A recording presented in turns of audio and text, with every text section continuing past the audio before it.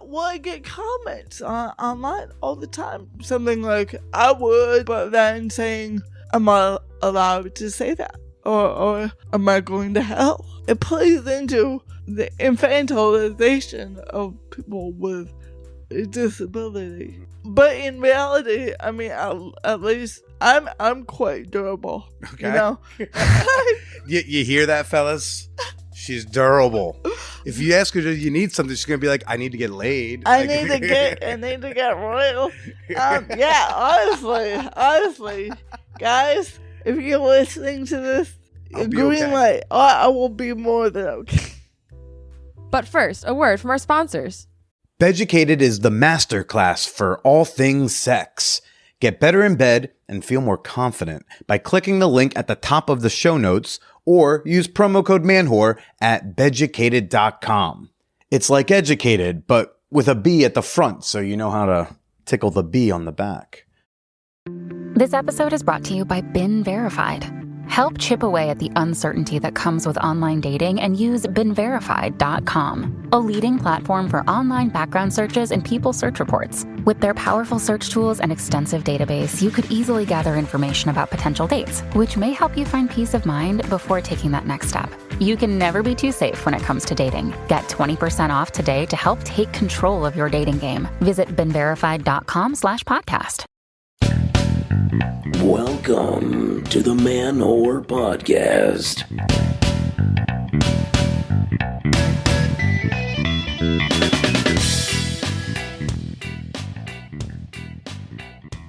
What's up, Fan Whore Nation? This is Billy Presida, and you are listening to the Man-Whore Podcast, coming to you from deep inside my Toyota Camry, parked in my dad's driveway. He and my sister do not need to hear this intro, nor do I need them to hear it either. It's 10 p.m. Tuesday night. I lollygagged and gagging on this mic for you, and, well, this is where I'm at. I should have gotten my shit together and recorded this yesterday. Oh, well. Hello! Welcome to the show if you're new. Welcome back if you're not. This is a podcast where I host sex-positive conversations every week for you. This week on the podcast, I have got on stand-up comedian Tina Friml. And I'm very excited to share that conversation with you about disability, sexuality, play parties, and more in just a little bit. But first, December 1st, the Naked Comedy Show. It is back, babies. Coming to you at the Hacienda Studio in Bushwick. Tickets are now finally on sale. There's a ticket link at the top of the notes so you can get yours. We've got 8 o'clock and 10 o'clock shows, 2 different lineups. Buy tickets to both. Come hang out all night. BYOB, take your pants off if you want to. As always, it's nudity optional in the audience. But when we say naked comedy, yeah, I mean, that's what we mean. It's naked comedy. If you want to go see the Underwear Comedy Show, that's Alicia Hush's show, Easy Lover, different show. This is the Naked Show. And we're going to be back, final show of the year, December 1st. Y'all haven't heard this sentence out of me in a while, but I did visit a glory hole. I did. Again, as many of you know. I also visited a neighborhood I've only been to when I've fallen asleep on the L train in my early 20s, and I wake up kind of drunk at the end of the line in Canarsie. Yeah.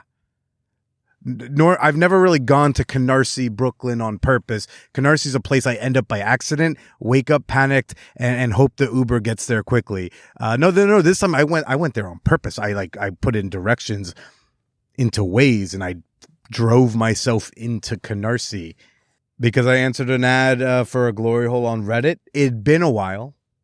Why not? I know I've talked for quite a few months. A lot of this year I've gone in and out of discussing libido and my sex drive, and I don't know what it is I want sexually these days, and how I think my cock might be on strike. Like I'm not retiring my dick, but I think my dick is protesting. But instead of like asking for higher wages, it's asking for love and connection. I saw an ad pop up on Reddit, as I historically have, and this was a different than usual because it's a woman saying, "Hey, I'm opening my glory hole again. Please don't try to talk to me or touch me. Respect that I'm a married woman. Respect that I'm a married woman. Don't touch me. Just put your dick in my mouth." And I like to think of myself as a respectful guy. I followed the instructions in her ad. I didn't say, hey, first. Guys, stop opening when you apply to an ad as someone who receives some of your replies when I've arranged group stuff in the past. You don't open with, hey, wait for a response, and then follow instructions. Some guys will go, well, I wanted to make sure you were real first. Don't. Just apply or don't. Follow the instructions or just don't. First message, you follow the format you are given if you are given a format for an answer. Anyways, and unlike most of the posts, this is not the most usual, but she would include verification. Verification in Reddit terms is like you have a picture of yourself. In this case, it wasn't with her face, but like she's got her titties out and her body, but she's holding a piece of paper and it says the date, it says her username, it says I think it says something about glory hole. It's just a way to be like, hey, this is clearly me today. And unlike most glory hole posts, I'm seeing quite a big pair of boobies up front to advertise it. A lot of times a glory hole is a thing where, it's a board or a curtain and there's a hole cut out and you put your penis inside of it and then you pretend it's a woman. It's usually how they operate. Not everyone can be so lucky like me. So it was interesting. I was like, okay, well, like I know what kind of body she got. And it's nice to have like some confirmation I'm dealing with the lady. So I go out there, I drive out to Canarsie and we're texting and driving. Don't judge me, but I'm texting and driving and I'm getting like really excited. And I haven't been really sexting much. I haven't been fucking much. I've really disengaged from almost all of my sexual partners. I've like truly not wanted to do much sexually. This was really me. I think I was like trying to test my dick out. See if my dick still got it. And by got it, I mean like can have a good time. I think I am over the breakup where I'm no longer the lame friend you invite out who's still being sad about the breakup. But I think my dick still is. I think my dick goes to a party and it's still kind of being like, oh, I miss Wallet, no lady. But this woman is texting me. She's telling me how much of a slut she wants to feel like. She's like, well, do you think it's slutty that I'm a married woman with a glory hole? And I'm like, yeah, of course. I'm asking her dirty questions like, how many have you had today? How many, is this the most you've had in a day? Yeah. Apparently I was number 5. And I'm actually starting to feel a tingle and jingle, which is nice. It's nice to feel something down there again. So I'm feeling good. I'm feeling okay, great. And then like I'm pulling up and I'm turning a corner and I pull into this driveway. I follow the instructions. She gives me the address and I pull into the driveway and it says go into the driveway and go in the back. You make a right, go down the stairs and there's a door and you go in that door. Well, I get out, I go down the stairs, I unzip my fly. It's very cold outside. I try to give myself a few pumps. I don't think I'm going to get instantly presentable, but we could at least start to get the blood flow circulating again. And I go to open the door and it's locked. Okay, maybe I jumped the gun. Maybe she mistimed when I was going to pull in. Okay, so I'm like, hey, here. She's like, yeah, go around back. I'm like, I'm around back. The door's locked. And I'm still kind of tugging my dick outside of this stranger's home. Probably for like a full 3 to 4 minutes. And anyone who's ever gotten on a stage knows that 3 minutes where you're not crushing it, it's a very long amount of time. And then I get a message that says, oh no, it's actually this number. She's like, oh my bad, I'm across the street. You're bad, you're across the street? My fight or flight response is in full fucking mode. I am so scared I'm about to get caught with my dick out in someone's backyard who did not invite me to go into their backyard with my dick out. Holy shit. Also, my car is in the driveway. Like, spoiler alert, I did not get caught, but oh my gosh. I've got to get myself put back together. I got to get back to the car and I got to get the fuck out of this driveway. So I'm pulling out. I'm trying to, I back up so I can go into like her driveway, whatever.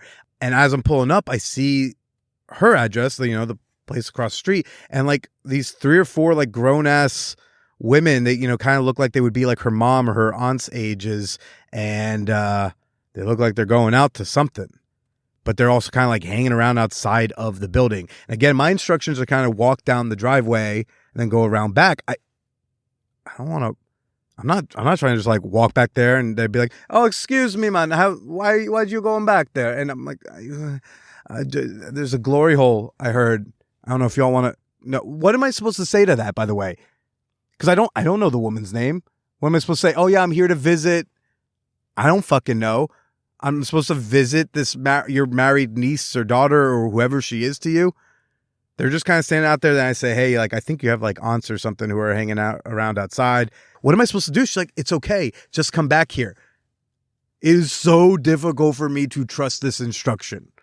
I am a strange white man in Canarsie about to walk into a second unknown driveway for the hopes of a blowjob that at this point, like, my body is not, like, I am not physically excited anymore. At this point, if I can interject to myself, when you have an instinct to leave, I don't have an instinct to leave like this is a scam, but like if you have an instinct that you need to leave a stranger place situation, go ahead and leave. It's okay.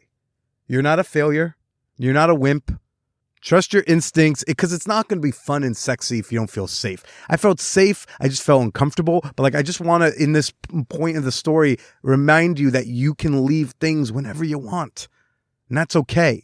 It is nice when you give them a heads up because in case it was like a real thing, it was just kind of weird. It's nice so they don't like, she's not like on her knees for an unknown amount of period of time waiting for you to come into the door that she is now left unlocked, right? You say, hey, this is feeling weird. Going to cancel, going to go. Bye. You don't have to explain yourself. But it's the courteous thing to do. Anyways, instinct's not saying don't go, but my body is certainly not turned on. I go down the driveway. I can hear some more adult lady on like the first floor, kind of above my head on a window. So I'm also kind of crouching under a window, going down an unknown driveway in Canarsie, Brooklyn. And sure enough, I go down the stairs and the door is unlocked. The instructions were to come inside and say, I'm home, slut. But I don't want to say it as loudly as I originally planned because now I know there's a lady upstairs who could probably hear it. So I'm like, I'm home, slut. I hope this is loud enough. And I see the curtain and stick my dick in, and it is not. I think my dick was as small as it can be without starting to shrivel inside of itself. You know, like circumcised dudes, like when you start to look like you are uncircumcised. I was that close to that. That's how.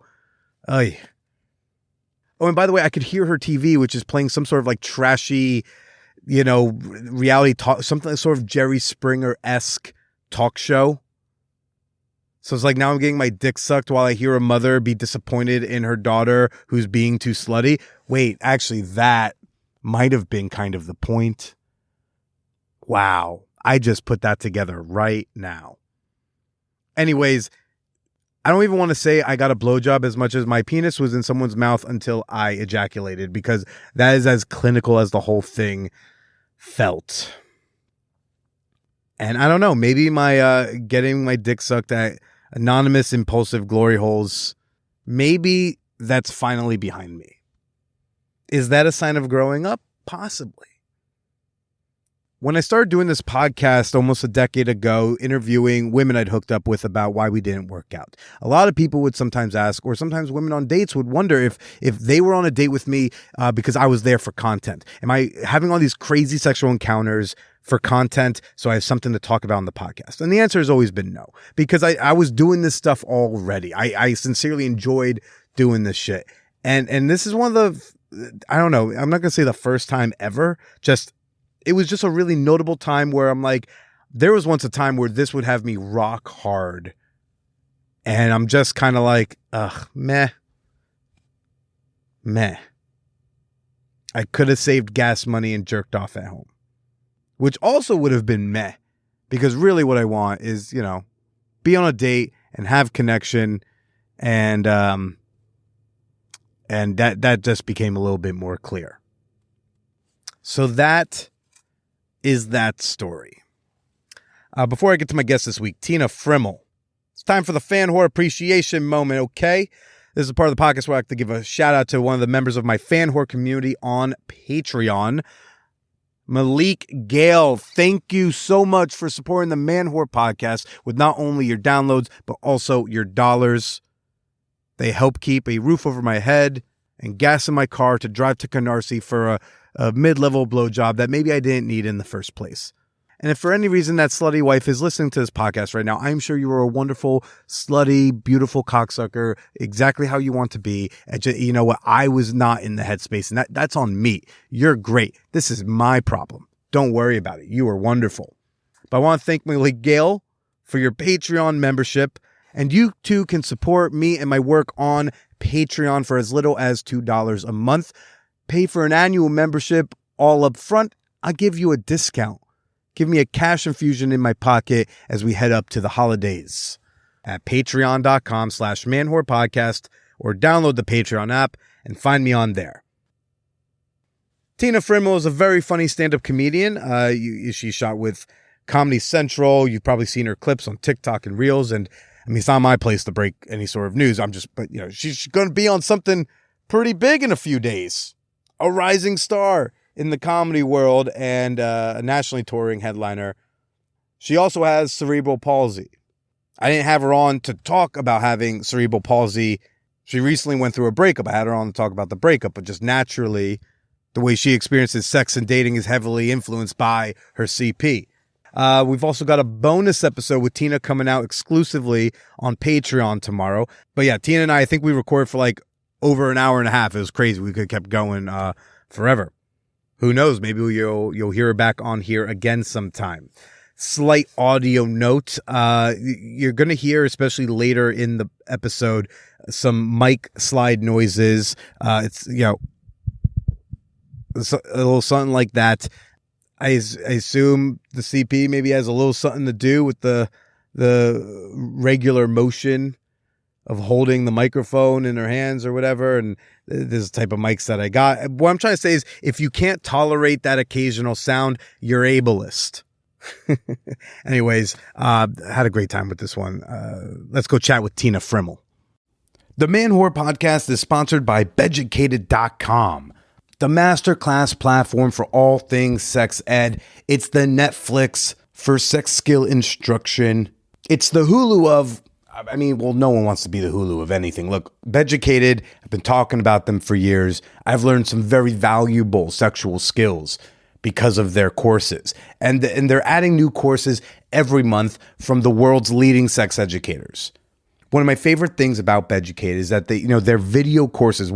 Video courses. Reading, who does that anymore? Many of their video courses demonstrate the real thing on real people and real bodies. It's not just all diagrams and pussy puppets. And you can change the way you date and relate and bang for 50% off an annual membership. It's crazy. It's wild. You're going to, very soon into it, you're going to feel guilty that Beducated did not get 100% of this.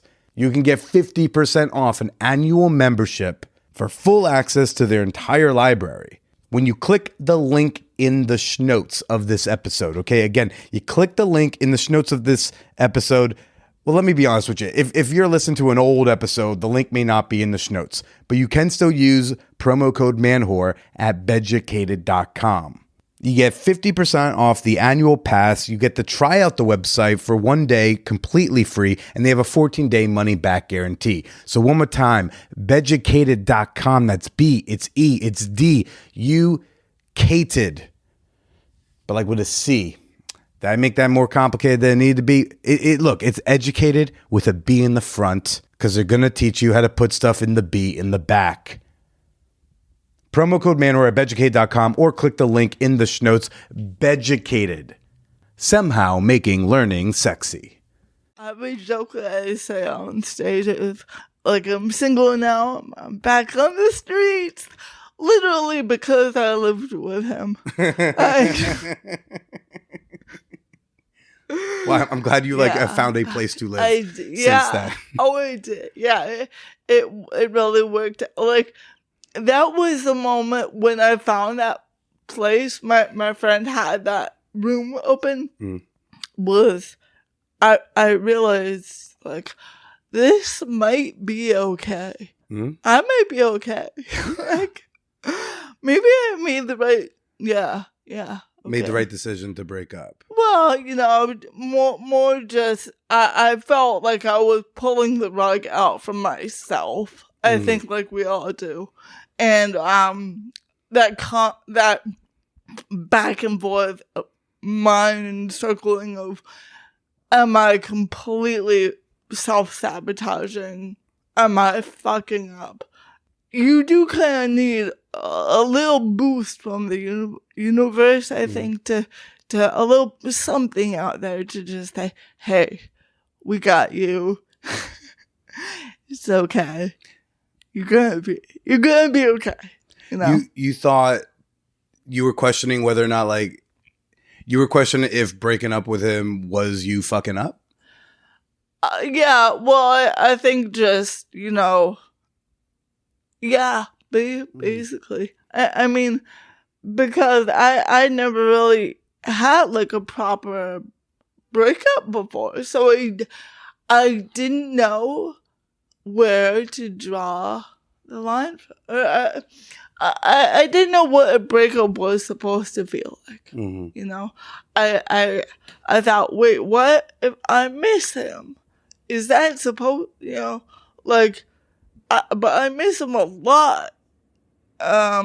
Should I reach out? What do I do? What are the rules of breaking up? What are the rules? Are we, like, when is it okay to reach out? When is it not okay to reach out? And I fumbled a little bit here and there. I did reach out at one point when I regretted it. Cause we're both trying to move on and heal. So, like any relationship. So it's just kind of, I for having it be kind of my first breakup, I did the best I could. Yeah. and I think I relatively, except for like a hiccup here and there and just, a lot of hard days and a lot of good days. And here I am just describing like a normal break. That was the one thing that the more that I talked to friends about how I felt and listen to music and watch movies. You're getting your rules of breaking up like from Taylor? Yeah, a friend of mine said the most eye-opening thing, which made me laugh actually. She like, Tina, because I was describing this turmoil that I felt, this back and forth and good days and bad days and regret and anger at me and anger at him and all. And my friend said, Tina, put on any radio ever. Like, this is the most universal feeling, more than love, arguably. The most universal experience. Look at all the incredible, like, breakup, heartbreak songs. Yeah.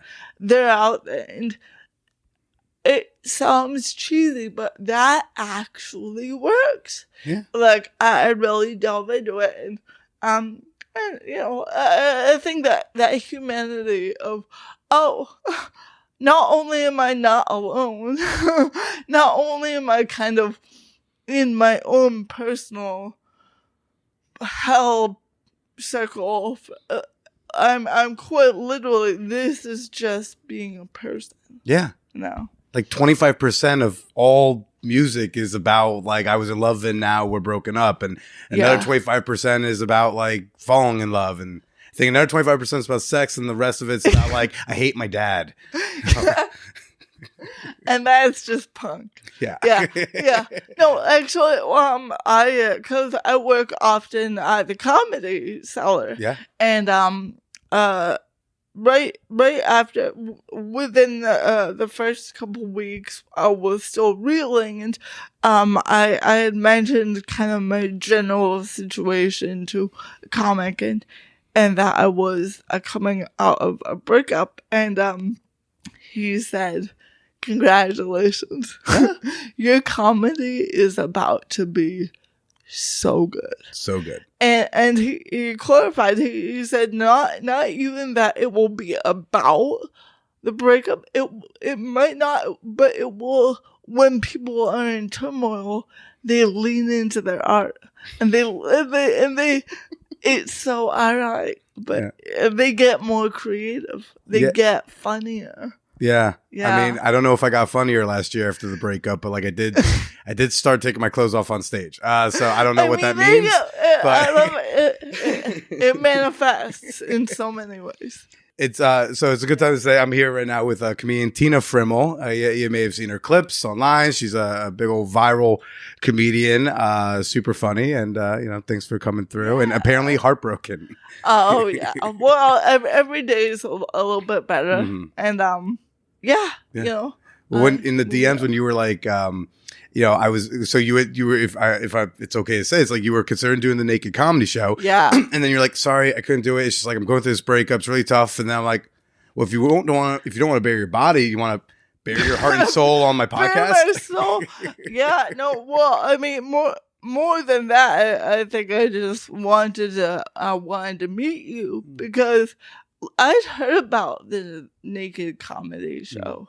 One of my very good friends, Chloe, has done it twice, and I know it's just kind of famous.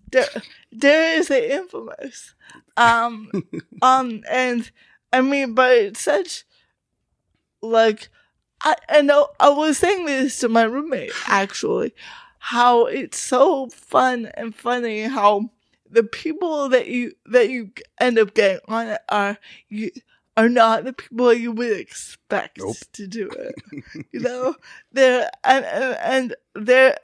They're just like really they did it. You think like, oh yeah, that sounds a lot of fun. I can think of the raunchiest comics I know that they're very sex positive, but then.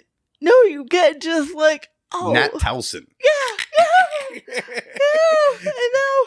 It's from the Tonight Show in the suit and tie. Exactly. Sure. You would never, and I think I think it paints a bigger picture of just. Oh, this is just really, really fucking fun. Yeah, like it's not that serious. I know that when I was wanting to do it, I knew, and I was telling people, like, I totally, transparently, I will need to be, like, 3 drinks in to do it.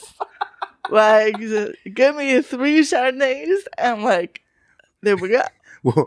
We'll get some. I'll bring some white wine back. When you do it, that will be that month. It will be a white wine night instead of whiskey. What about the naked comedy show intrigues you? Like, what is it about that? Like, when we get you your 3 Chardonnays, what is it about that it makes you say, like, I want to do that?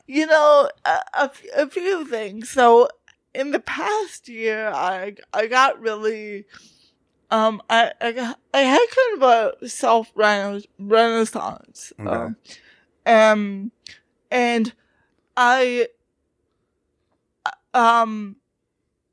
I think it kind of began actually when I got on Feels, that app Feels. Okay. Yeah. This is before or after the breakup?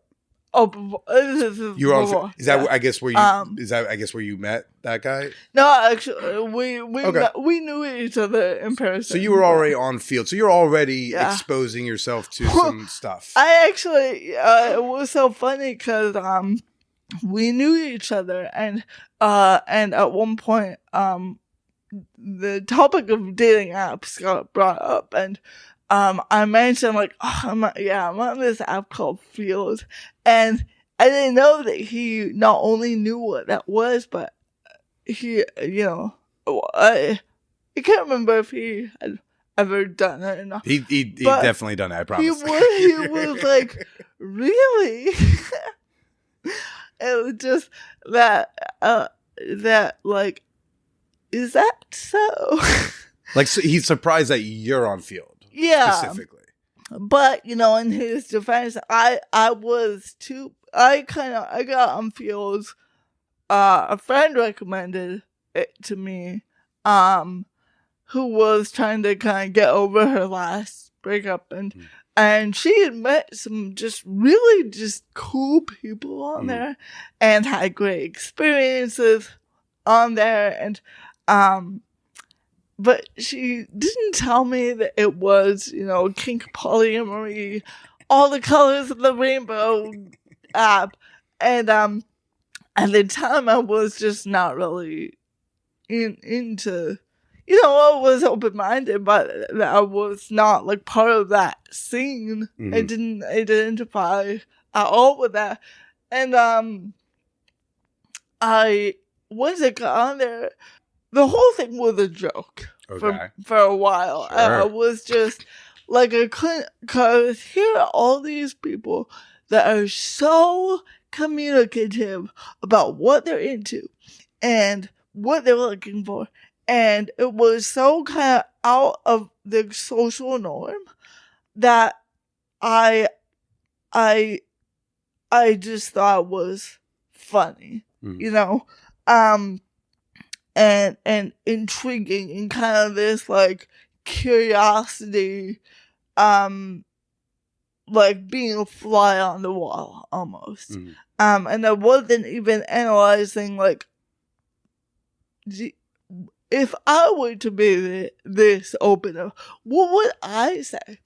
And I think that, you know, part of it is that, because I'm disabled, there is a huge mental block that I'm working through that, I can't be sexual. Like, you know, that's not for me.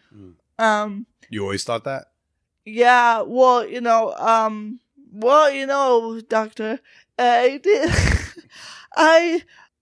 it all began, actually, there was one time in school, cause I got bullied in school, and, there was one time on a school bus where one of the bullies I had, this guy, a boy, he looked over at me, like, in my seat, and he just said, like, I bet you've never even kissed anyone.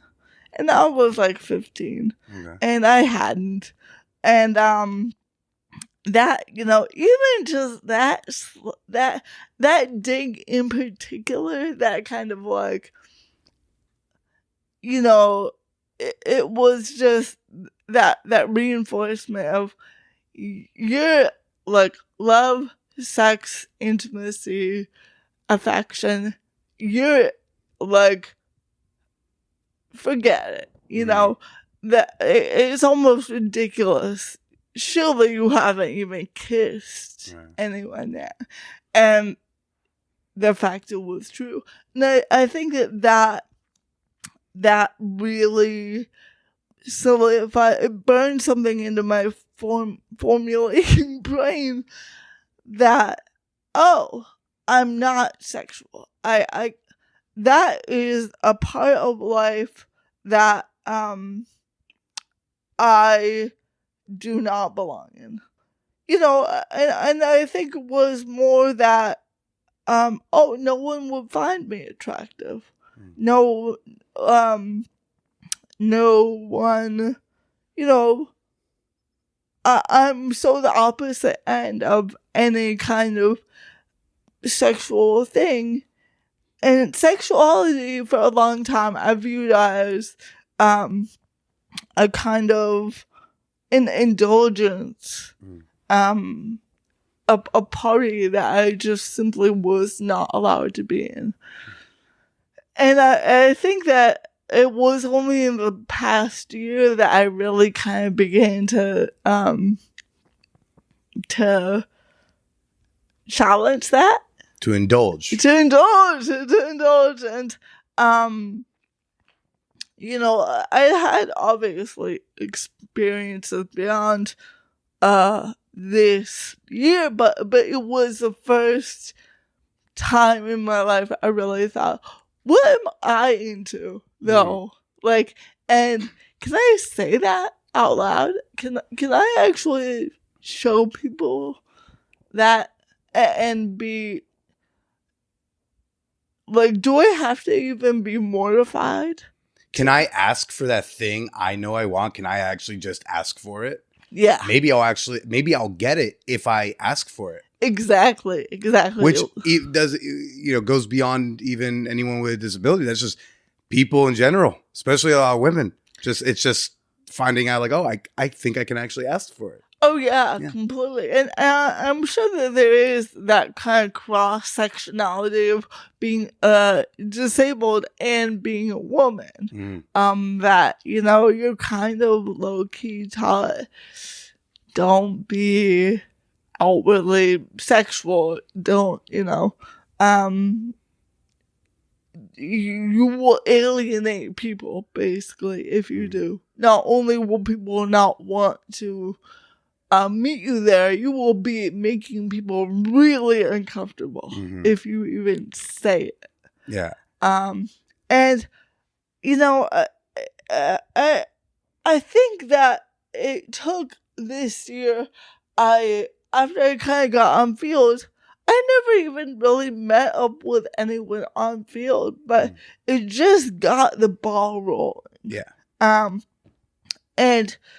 And then I began to talk about it on stage. And I always been a comic that never really talked about anything sex related. Like, again, but I think that reason, like, no one wants to hear it. Well, and there's even elements of it. I think I've experienced even in a non-sexual way, where like today, where I think we see someone with a visual disability and we don't think like, ooh, I want to fuck them. I think like, oh, I want to make sure they're okay. I want to take care of them. And so, so to think like, it's almost uncomfortable to think of like, how can I be sexual with someone who I should also make sure I'm being careful of? Yeah. But like that intersects all the time. I mean, there's a story. I think I was going to save it for the monologue, but I remember an early hacienda, and then maybe we'll get to the parties in a little bit. But I do want to hear more about the exploration into indulgence. But I remember it was in the first like 1 or 2 years.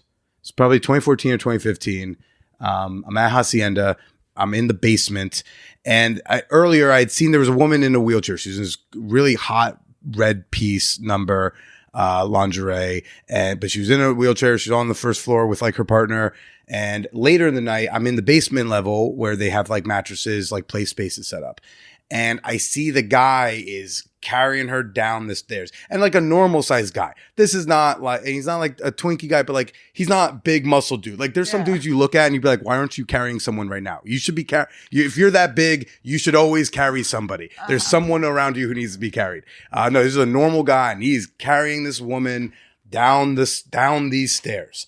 And they're kind of steep, and he gets there, and then he has to go put her on one of the play space mattresses, and he gets the puppy pads, and he puts those out because she can't walk, but apparently she can squirt. Good for her. And he lays those out, and then he sets her up and positions her. Then he has to do the whole sex stuff, and there's no shade to her, but he was doing a bit more of the heavy lifting of the fucking, which is fine. But like, so he's doing the carrying, he's doing the setting up, and he's doing the fucking, and he's pleasing her, doing the whole, then he's doing the cleanup, and then he picks her up and he carries this woman back up the stairs, where the chair was, and just, there are dudes who just won't even eat pussy. And I think, like, if you're not willing to carry her up and down the stairs, you don't deserve pussy. But I remember that. And that was the first time I saw someone who was so visually disabled, but also being sexual. Yeah. And it's actually, like, I mean. And hot. I mean, she was a babe. Well, yeah. And there's a lot of it is, what if you're disabled and a babe? Yeah. What's a disabled babe supposed to do? Right. Like, but yeah, well, and you actually brought up a really great point, which was the mental block that I have of being not belonging in sexual spaces. It's not just me. It really is that there are people that look at me and see fragility. They see, do you need anything? How can I take care of you? Yeah, surely, like, I can't.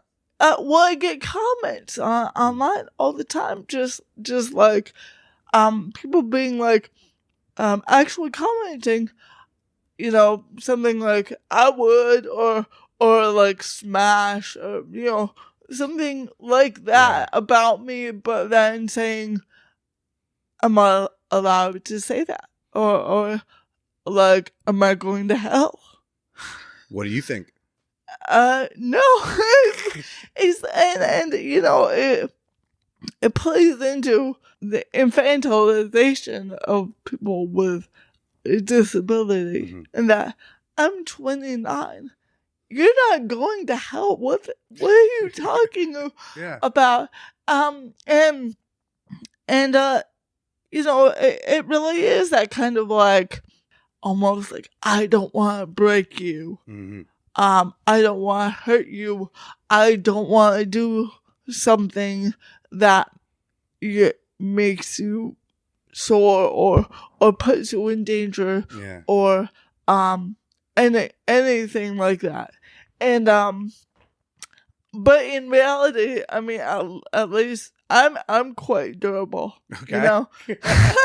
You hear that, fellas? She's durable. If you ask her, do you need something? She's gonna be like, I need to get laid. I need to get royal. Yeah, honestly, guys, if you're listening to this, take this as a green light. I will be more than okay. Guys, you're not gonna, when you manhandle me, you're not gonna make me more disabled. Like, it's okay. Yeah. You're not gonna fuck me so hard you break. So it's okay. Yeah, you're not gonna fuck me more. Oh my god. So I mean, and it is hilarious to say that, but that's the tension. That's the tension in people's heads. It's a reality of it, and it is true that it is a case by case scenario, and yet whenever I think you're faced with a case by case scenario, ask, just ask, and but I think that was just the kind of thing that they look at me and they don't see like, oh, I don't want to burn her. They're not sexualizing you. Yeah. You're like, fucking objectify me. Objectify me. Well, and it sounds ridiculous, but it's true that for me, it was a little bit like, I want to be a little bit objectified. And, you know, in these scenarios, but I think also there was the thing that people are not sure about consent. There, even though I am, you know, fully capable of. You do stand up for an hour. Yeah, literally. Everything's working up here. Exactly. And yet, you know, there is that, like, I don't know. I have had guys kind of admit to me, like, I just simply don't know. I don't want to put myself in a position where you know, consent is so important. And it's so, and I think not a lot of people are faced with this, like, well, they're disabled and you know, with all the assumptions that comes along, like, oh, she's disabled, has she had experience? Does she know what she's talking about? Can she say no if she wants to doing it? Can she hold her own, basically? And that's really tricky to navigate. Right. I mean, it's kind of like whenever I go to a bar and I get cut off before ordering one drink. and then I'm like, you get that? You get bartenders who are like, I don't think I'm supposed to serve you anymore. all the time, like literally once a month. Do you have to carry like a laminated card to be like, no, it's just cerebral palsy? You know, That's all my it is. dad actually, yeah. I swear.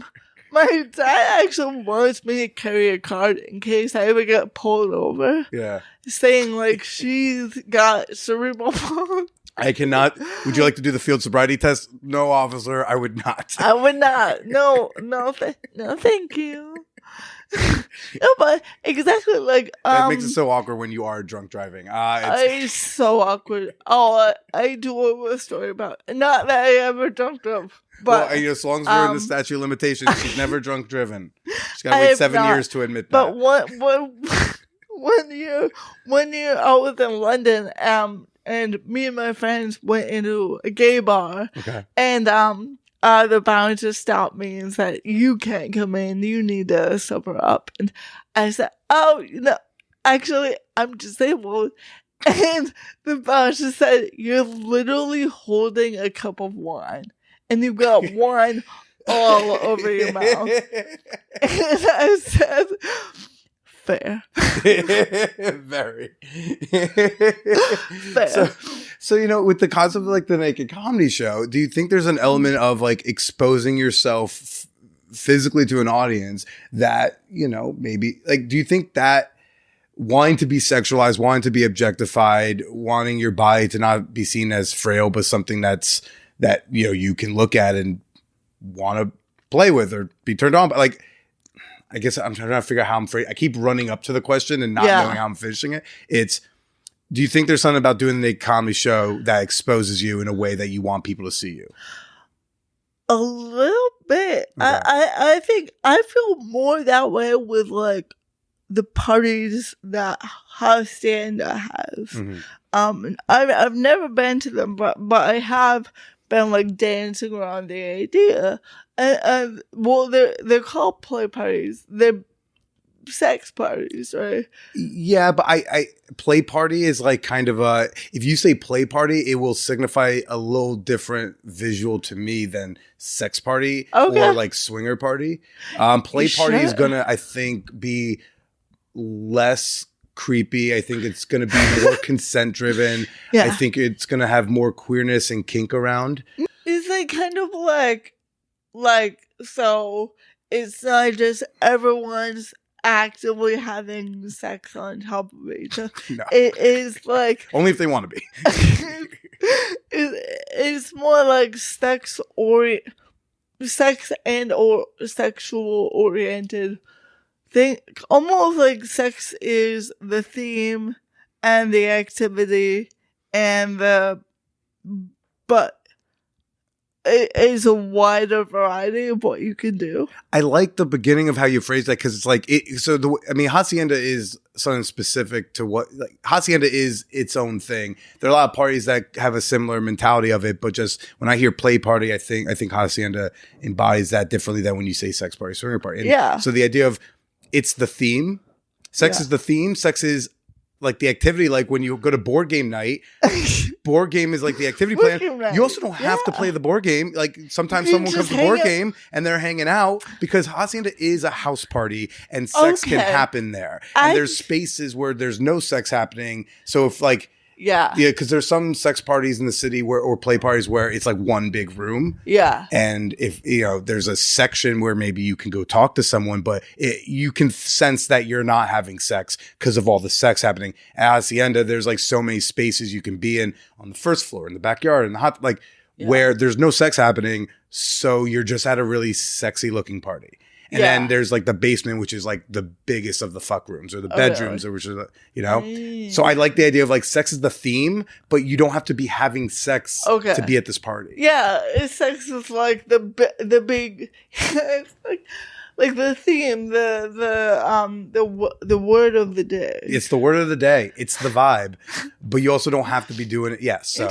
Well, yeah, I mean, that's the thing. Like, I feel like if I ever did go to one of these parties, I would go and, like, not indulge in, the bedrooms, right? Mm-hmm. But I would, like, I would want to go to a party and feel powerful in a way. I think so. I think you'll feel as powerful as you are prepared to feel. Yeah. I think part of the power comes with the vibe and atmosphere that any party sets. All new people have to attend this like 20-30 minute consent workshop before the party. If you're new, it's mandatory. You're not, if you've never been here, it doesn't matter if you've been to play parties. If you haven't been here, you have to watch this thing. What I love about, and they go through, sexual health stuff. They go through like the layout of the party. They go through consent really heavily. They also give you a lot of examples. They'll do some like, here's examples of this. Here's how you ask for that. Here's how you read, whatever. And so what's cool is there's always like 30 to 50 people at the consent workshop. Yeah. And I sometimes go just because like I go early and it's a fun way to meet some new people. And like we all watched each other watch the same thing. So there's no ambiguity about the rules because I know you know the rules because I watched you watch the rules and you watched me watch the rules. So we're all on the same page. That's really good. I think Hacienda does a great job, and other communities, but I think Hacienda does a great job of empowering people with no's. Yeah. So, and I think knowing you can say no and knowing that no is almost definitely going to be respected, I think that can make you feel powerful. Yeah. I can't relate to it like as a woman, but like that's the thing I think would puff your chest up a bit. Well, yeah, exactly. And just, the not, I think the thing that I like the sound of from Hacienda parties is the no expectations, and the kind of one size will fit all, and you show up in whatever way you want to show up. Right. Also, the outfits. Oh my gosh, yes, the outfits are great. I'm at a point where if I can't think of an outfit for the party, I don't even go. Oh, really? I'm not trying to get shown up here. So, are they all themed? Are they all like aside from sex? But like sex on the Man Horror Podcast. Since COVID, like since reopening, Hacienda's kind of like burst out and has a ton of parties. It used to be like 1 or 2 parties a month. Now there were 3 parties this last weekend. It's crazy. Whoa. So Hacienda Presents are like the big theme parties. Those are the ones that like Hacienda. Those are their parties, and like there's always a big elaborate theme, and it's fucking great. And those are like the biggest of the parties they host. Then they have a lot of people who like will produce a party at Hacienda. So sometimes those people choose to do a theme, sometimes not. Sometimes the theme is like activity, like rope share or something. And sometimes they'll just be like, oh, it's spring break. But the big elaborate themes, those are the once a month Hacienda Presents parties. But like Sunday was just brunch. Brunch. Yeah, it's just a brunch party, and they get like a good chef. She makes great food. She won Chopped one season. Yeah, legit shit. And so it's just a fun afternoon, from 2 to 8 o'clock in the afternoon. Wow, well, that's all. Yeah, I think I'm just so like I don't know. I'm enamored with how like informational all it is. Like I saw they had one about like trauma and kink, and like I read the Eventbrite description just out of curiosity, and by the end of it, reading it, I thought I might go to this. Like just. It sounds so interesting. Yeah. Anyway. I think putting the information, I think that helps make everything safer. Because then people know what they're doing. If you educate your orgy population, now you might have a safer population to play with. You got to educate that population. If you know what I'm saying, right? You know what I'm saying. Educate you good. No. But so I think when you see stuff like that, whether it's Hit Me Up, Hacienda, whatever, when you see a lot of like workshops happening there, and education around it and consent language, I just think that's going to be safer, especially if you're new. Like if you're experienced, and somebody touching, you're comfortable telling someone who's touching you to not touch you versus wanting people to ask first. If you're brand new and that's your first experience with group sex, I think that could be scary. Yeah, exactly. Just you're overwhelmed, you're in there, you're trying to have a good time, but you're also having to like advocate hard for yourself, but And now everyone knows how to do that. Yeah. Which is what I think some of these places like Hacienda do is they, like before at the workshop, one of the exercises they do is they make everyone say, okay, I want you to go find someone new here and I want you to go ask them for something. And then they're going or ask for a hug. They're going to say no. And you practice both saying no and you practice hearing no. Well, and that is the thing that because, like I mentioned, how I've been on this journey about asking for what I want, but on the other end of that coin was when I began to get into these kind of more sexual oriented situations, I had to really buckle down and make sure that I was advocating to say no, to stand up and be like, no, I don't want to do that. It can be really hard kind of when you're unexperienced. I think after a while you get into it, you get like, no, like, no, just, but that was the thing that I quickly, I think, had to get oriented where there's, okay, well, if you're going to be a sexually oriented person, especially a person in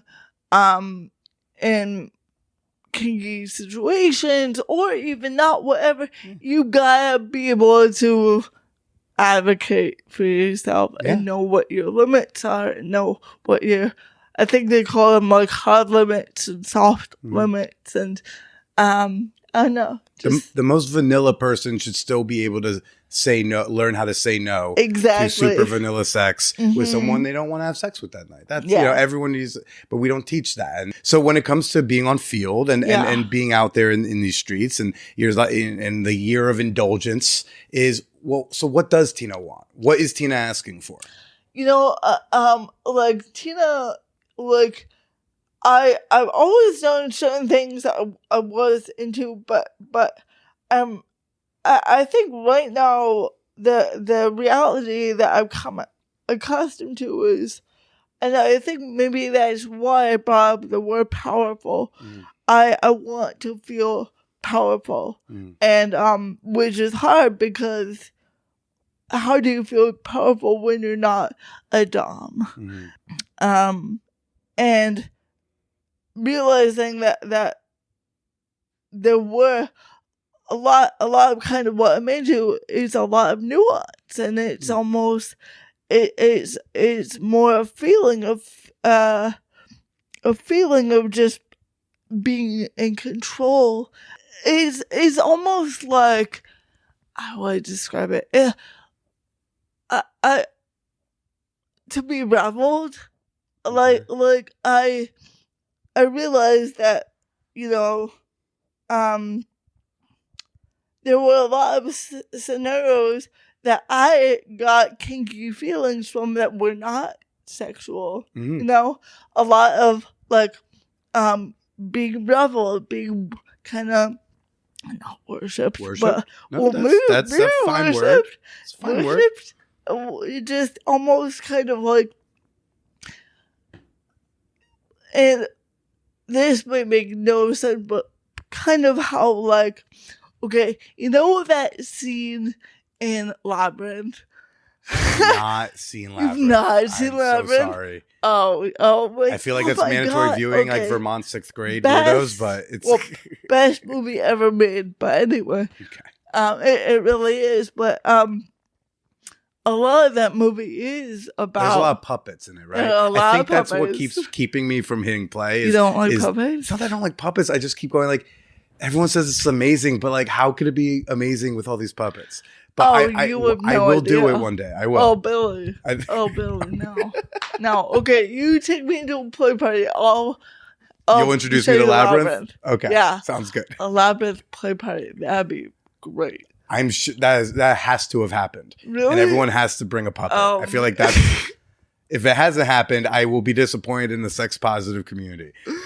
Because they love that movie.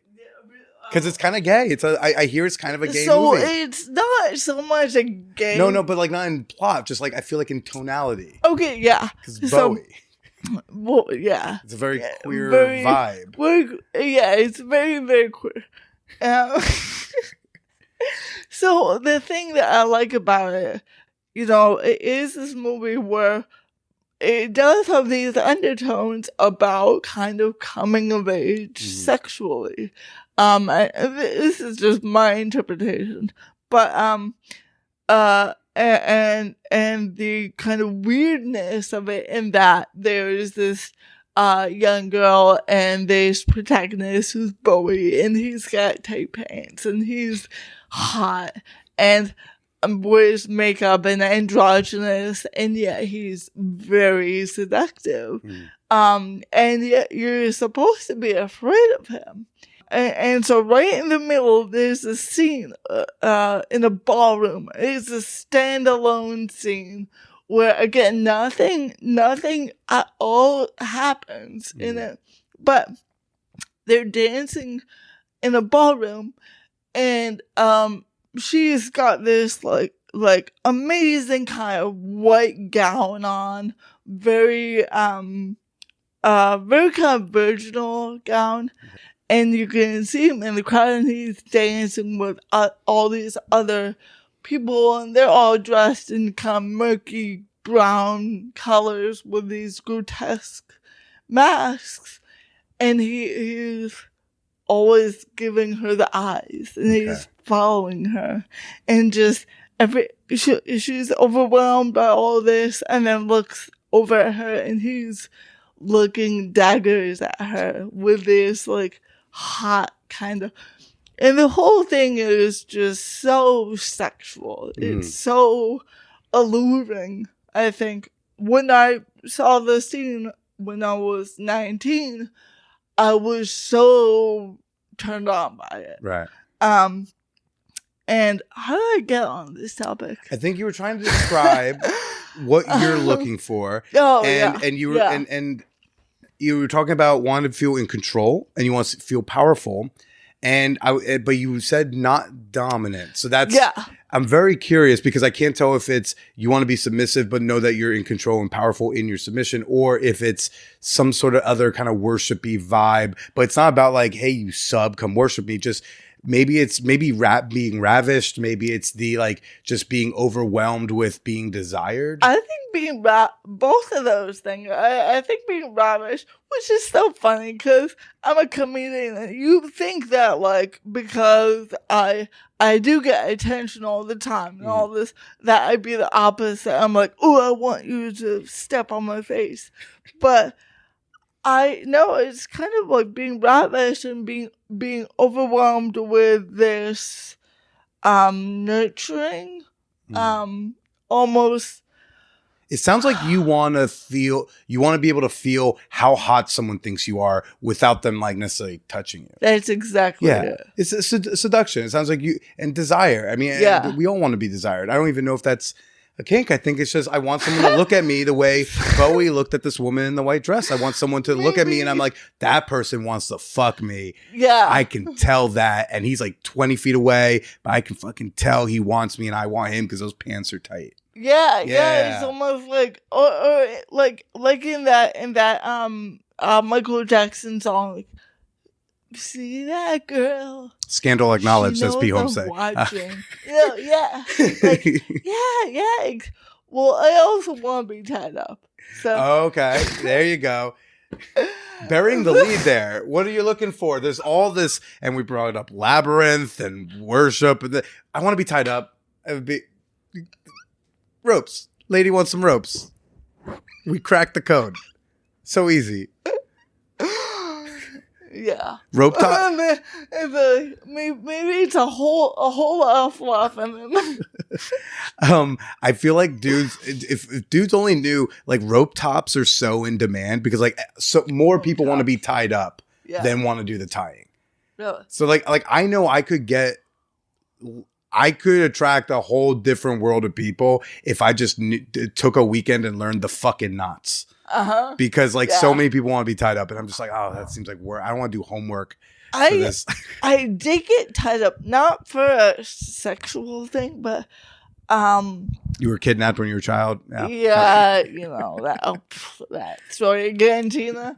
No, it was shibari, so it was, but it was not like it was more for like a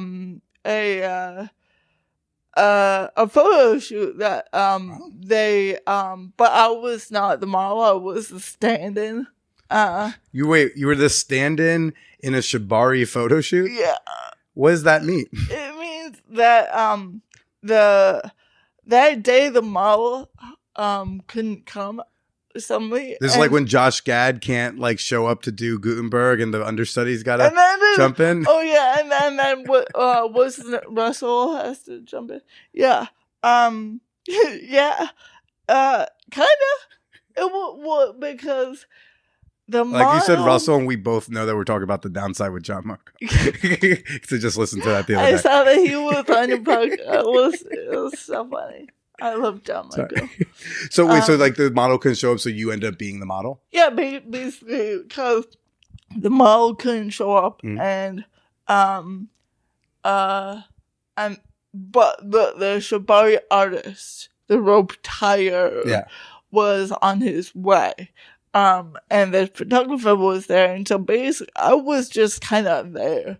And they were like, well, we might practice kind of the lighting and the tying, and I got like tied up pretty good. Yeah. And actually hung. So I was like in this like spider web of rope. And it wasn't like. Did you get suspended? Yeah. I want to get suspended so bad. It wasn't sex. It was just really fun. Yeah. It was like it can also be sensual, even though it's not sexual, right? The hands are on your body, and it's not sexual, but like you're feeling things. It was very much like that. It was a sensation that like the whole time it was just, something's happening here that I don't understand, but it's so foreign, and yeah, it's really good. So what is Tina Friml looking for in dating now? Just for context, how long ago was the breakup? Oh, like a month ago. A month? Oh my God, fresh. Right. You didn't cry once during this thing. Congratulations. Mine was like a year and a half ago. I'm still crying like half the month. Yeah. I still have my moments, but yeah, it's like I say, every day is just a little bit better, I think. So then, are you trying to go out and date yet, or are you just thinking about it? I'm thinking about it. Yeah. And what are we thinking about? What do we want? Who are we looking for? What qualities do we want? I'm thinking now about monogamy. Okay. I'm realizing that monogamy is something that I need. It really does feel nice to know that and to say it confidently. But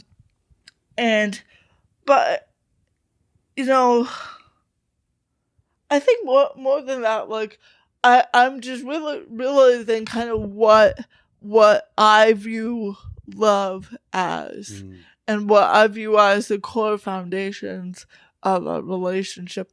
For me, a core foundation is built on the joy. It's built on the fun, the moment to moment good times. Ultimately, it should be a friendship that blossoms into more than that, I guess. And another kind of aspect that I explored a lot in my past relationship was traditional values. Oh. And such as sex parties, apparently. I know. You and Shibari? you and Very traditional. You and every other And person Jesus. in my life was like, wait, traditional values and what? What? Yeah, no, I don't understand it either. But so it goes. But basically, what I grew up with not in a conservative or strictly traditional household. Actually, a very liberal household, and yet my parents definitely had roles. Okay. In the relationship, and my mom had some serious strengths where my dad didn't, and my dad had strengths where she didn't, and it was, and it came out in kind of the way that the unit ran, and the way that kind of the household ran, and I'm realizing, I grew up kind of associating that so hard with 1950s. I don't want to be a housewife. I don't want to, be the wife. Right. And really kind of one of the more valuable things that I learned from my past relationship was that, no, it's okay to kind of want certain characteristics from a man that being a protector, being a provider, like and yeah, being equal to him, and well, the being equal to him thing's not super traditional. Oh yeah, no, exactly. Trust me, like, so that's I almost feel like I kind of need to find different language, because Are you looking for is it like a traditional masculinity? Is that more what you're looking for? Yeah. Okay. Yeah, that was the thing that I think I realized. You don't want one of these Bushwick soft boys? Yeah, no, the Bushwick soft. You don't want to be in a soft Steven Rogers, Caitlin Palufo situation? Nah. Where she's carrying the cooler? Oh, she's holding it down. I'm just quoting a Tonight Show set from 4 years ago. No big deal. I love them. I think they're great. I think they're a great couple. So but she's also, but she is the beast. She's the beast. Oh my god.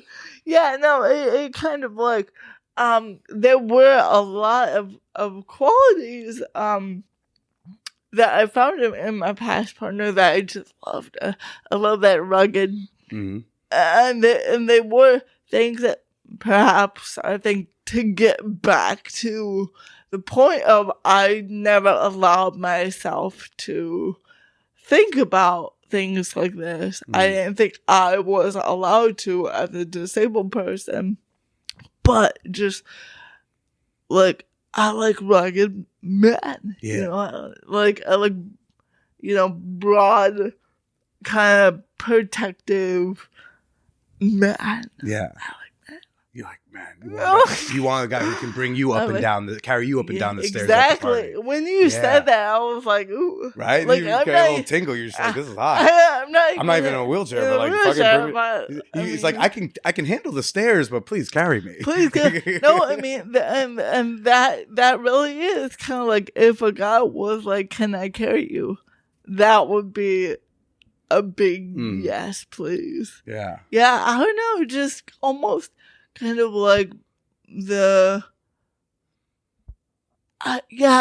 It seems weird, and I hear other people hear this too. It's like almost like a guilt of wanting that in this modern society where we're saying men and women can be whatever they want to be, but there's some people who still want that. Intellectually, they go, I know men can be anything, but for some women, it's still. But I do want this type of man. Exactly. And I feel. Do you feel like guilty saying that? A little bit guilty. Yeah, I really do. I mean, I know the soft boys cry easily, so like I get it. You're like, I don't want to hurt their feelings, but like I want to take care of you, not fuck you. Yeah, well, you're right. It's kind of like that. It's too obvious. It's too in line with, tradition. And I think also because I'm a very career-oriented. I thought you were going to say Virgo, and I was about to roll my eyes so hard. Oh my God, no, I'm not. I'm like, oh shit, she's one of those. Okay. She's like, you're about to end the podcast right here, right now. I'm like, oh, let's just do plugs. Where can they find your astrology shit? Okay. Yeah, I have like my own astrology, like Tumblr blog. Where they can buy your disabled tarot cards. Ooh. That's a theme. It's not a bad idea. You're like, I don't believe in these things, but I do like making money. Yeah. Hey, there you go. Push it no matter what. The 3 cups, but the guy holding his ups in his wheelchair holding the 3 cups. Yeah. No, it's Why not? inclusive. It's the only card I know. The stars are disabled. The stars are disabled. Sorry, but you were saying so because you're career oriented. Because you're a tour and headliner. You're a headliner, right? Yes. Yeah. You're a tour and headliner.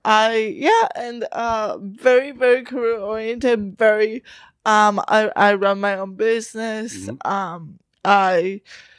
I'm my own boss. And my life is kind of my work. Right. And I think because I don't know. I think it might make it a little bit hard though to kind of find a very masculine, holding it down kind of man that's okay with me being on the road. So, I don't know. It sounds like you want masculine, but not traditional. Because the traditional guy goes, well, like I'm the provider and only I'm the provider. Or like, it's nice if you want to have your little like shop on Sundays that you run, but it's like, I'm the guy. It's like, I'm the headliner in this relationship. And like, it would be weird for you to like be kicking ass on the road on your own and whatever. Like, it sounds like you want masculinity with maybe without like the toxicity. Yeah, someone that's very, very secure in themselves, that like they don't have to be the breadwinner, they don't have to be the one making the most money, doing the most work. A secure masculine middle. A secure masculine. SMM. Someone who does not feel weird about middling for you type of energy, right? Like that kind of guy. Be like, no, that's okay. Yeah, no, of course she's the headliner. Yeah, no. But I installed the fucking TV at home. Yeah. I mounted that. Yeah. I found a stud, whatever a stud is. And, oh God. You speak my language. And then, he like kind of lets me kind of run the world, and then takes me home and he rails the shit out of you. Yeah. He rails you into a new disability. Yeah. He takes care of me. Yeah. Taking care looks all sorts of different ways. Yeah. So it doesn't matter. Like maybe you're taking care of the bills, but it's like I fixed the toilet. Yeah. Well, I can do that. I'm a man. I'm not a handyman person. I like, and there's so much I need to help. You're like do. Billy, me trying to keep the screwdriver in that small space for too long. I can't do it. You think I can pound a nail into the wall, get ready to have holes? Yeah. New walls. It's like I don't got a lot of torque in these wrists. No. Yeah. I gotta keep my body pristine for these audience. Yeah. And are you gonna when you get back into the real swing of it, are you gonna use Field still, you think? Or? I don't know. Okay. Because being monogamous on Field, like you're allowed to. Yeah. It's just every time I come across a profile and she says like monogamous, I go like, interesting that you're here. That's kind of why you have every other app is for you. Yeah. That's kind of why I'm Field might be a fun thing I do in the in-between. I'm going to fuck on Field, and then I'm going to find my boyfriend elsewhere. Yeah. Or just kind of meet. Yeah, just have fun, make people go to parties in the in-between things. And then, ultimately, well, I've never been one for any kind of apps. I know. I think that the way that I kind of meet people, and I find people who get to become romantically interested in me, is they know me for a while. And I just, it's, I don't know where I'll find them. I'll find them in a co-op somewhere. That's fair enough. This is an interesting one because it comes up with the comics a lot. Is what's your stance on dating comedians? Because I know some comics are like no comics, and some are like I will only date comics. Being a comedian is a huge red flag. No, I would never. No, I made that. It was about 5 years ago. I was the roommate of a very bad breakup between two comics. Okay. They were two comics. They lived together. Did they have credits though? No, okay, it doesn't matter. Keep going.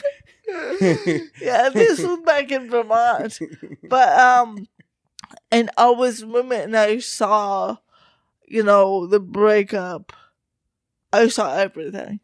And the breakup wasn't because they were comics. However, I could see the dynamics that elevated the tension when they're both comedians or working just generally in the same field. I want someone that I can come home to and talk about like an amazing offer that I just got or something, and not ever have to worry about them being happy for me but feeling bad about worried about the kind of the competitive nature of nature.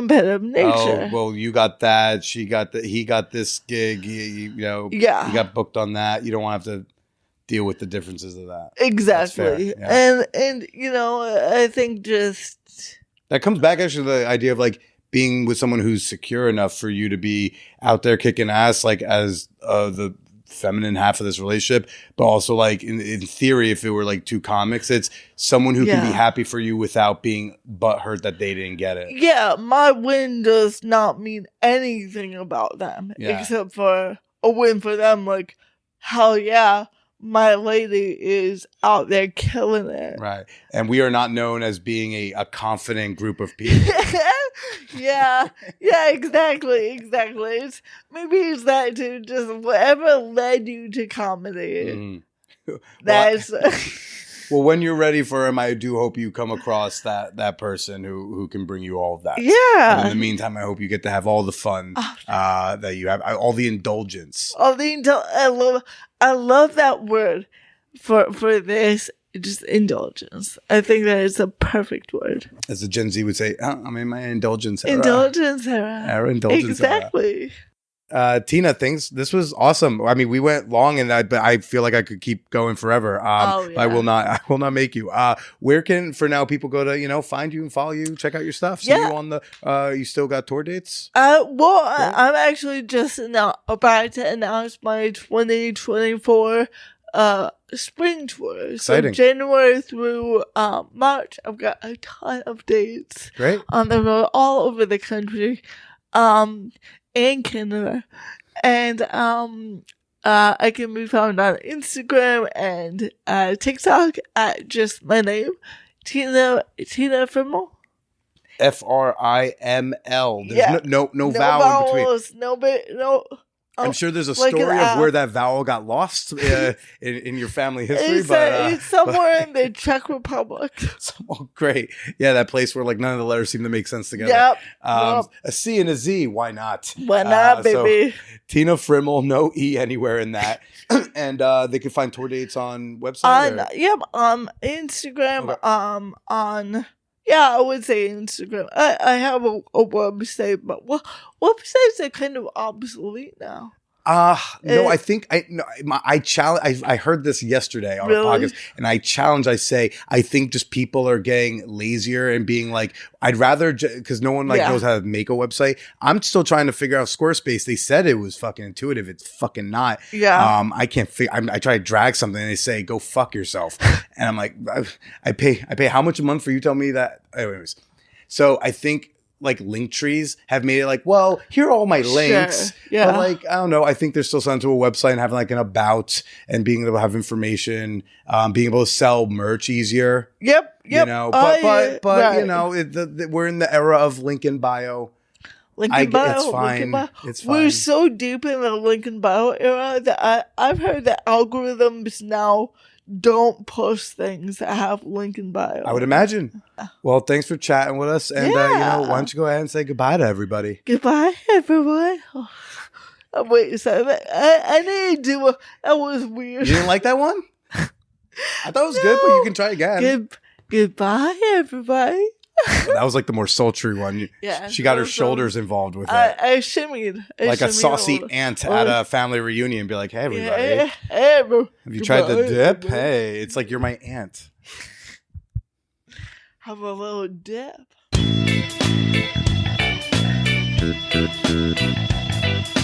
Hold up. Don't go to your next podcast just yet. There's more Tina coming up. I'm going to play a teaser from her bonus episode in just a few moments. You're going to hear more of me with Tina Friml. But first, real quick, wow, what a great episode. Had so much fun with Tina. Truly, we hung out for like a couple hours. Then it was like, we should be talking. Yeah, we got coffee like a few days later, talked for a few hours more. I don't know. I felt like it could have kept going. I don't know, she's really cool to talk to. What did you think? I want to know your thoughts. Share them in the Champagne Room. The Champagne Room is our super free, super fun, super sex positive Discord server. And there is an episode discussion channel where you can drop your thoughts on this week's show. You can also email me directly at manwhorepod@gmail.com. Speaking of Champagne Room, our hot movie night was so much fun. Shout out to everyone who came out there. We watched The Seduction of Lynn Carter. Got uncomfy at times, but definitely some of the hottest sex angle shots I think we've seen in months. Wow. Just really, I love watching porn with my Patreon members every month. It's become one of my new favorite Patreon rewards to offer. And it's because of y'all showing up in such great numbers that it's such a good time. If you're a Patreon member and you're hearing this and you haven't come out to Hot Movie Night, I mean, I don't know what you're waiting for. Go make sure you've joined the Champagne Room and join us next month. And yes, I got to say again, Patreon. It's the best way you can support me and the work that I'm doing with the Man Whore Podcast. Membership starts at just $2 a month. You get a discount for signing up for an annual membership, and you get a whole slew of great rewards, including access to over 300 bonus episodes. And you can become a member today at patreon.com/manwhorepodcast or download the Patreon app and find me on there. Now enjoy this little teaser clip of me with Tina Friml, our bonus episode that's coming out tomorrow.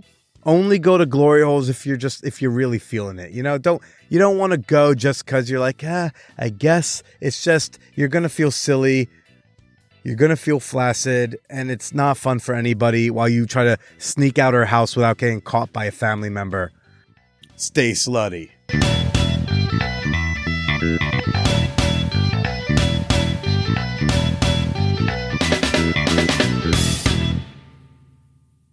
Basically, what happened was that I free fell for like 9 months. I couldn't find any job. Like I got hired at like a thrift shop, and I got fired like a week later because I can't remember. I couldn't count money fast enough or something. Okay. Crazy. And it was just, the world felt like pounding down on me. And on a whim, because around that time, I happened to get really into British comedy and panel shows. And it got that seeded me, and kind of on a whim, in an act of almost desperation to do something. Yeah. I enrolled in a 6-week stand-up comedy course at the Vermont Comedy Club, which was great. And I was so embarrassed that I was trying stand-up that I actually told my friends and family that I signed up for a stand-up comedy history course about learning about stand-up. Sure. Yeah, like The only thing more bizarre than paying to learn how to do stand-up is paying to learn the history of stand-up. Yeah. And we could just buy a Cliff Nestroff book. I felt too embarrassed to admit that I was trying stand-up comedy.